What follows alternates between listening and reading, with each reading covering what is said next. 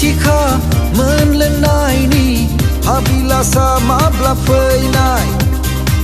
गौरां दैसा सेराव थाखोमा मा बाथ्रा रायज्लायहैनाय खोमसि सायखंनि खाबु लानानैनो आखाइ हमज्लायनानै आनज्रायलांनाय बै लोगोआसो आंथ' नायखोमादों आंथ' मिथिथारदों सोरबा जोहोलावनि बिखायाव नों उन्दुहैथारदों आंथ' नायखोमादों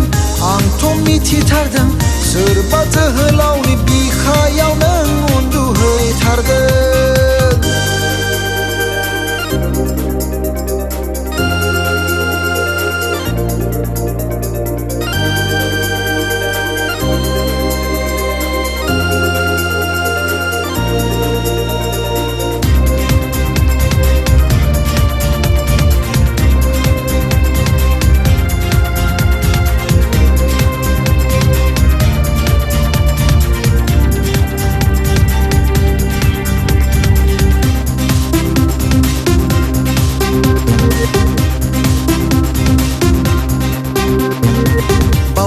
हाजोनि सेर सेर फैलाव अख्रांमा गेजेर गेजेर बिरथिंनाय दाउ फालोआ नोंनि रादाब होफैगोन नोंथ' मिथिनायबो नङा नोंथ' मिथिनायबो नङा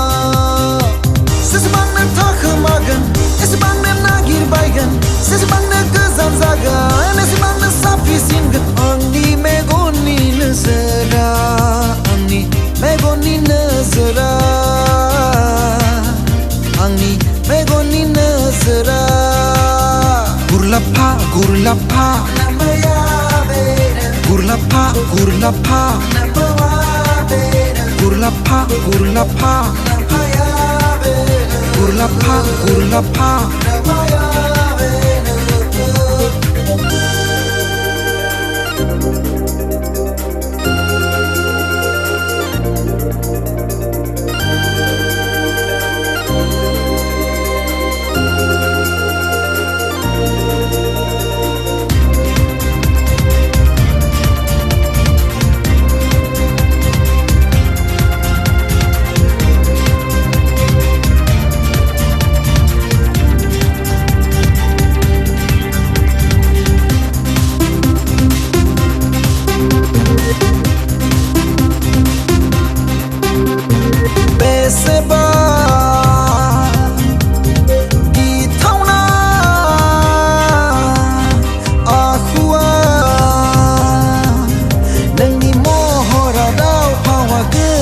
साननाय हनाय गासैबो गिथावना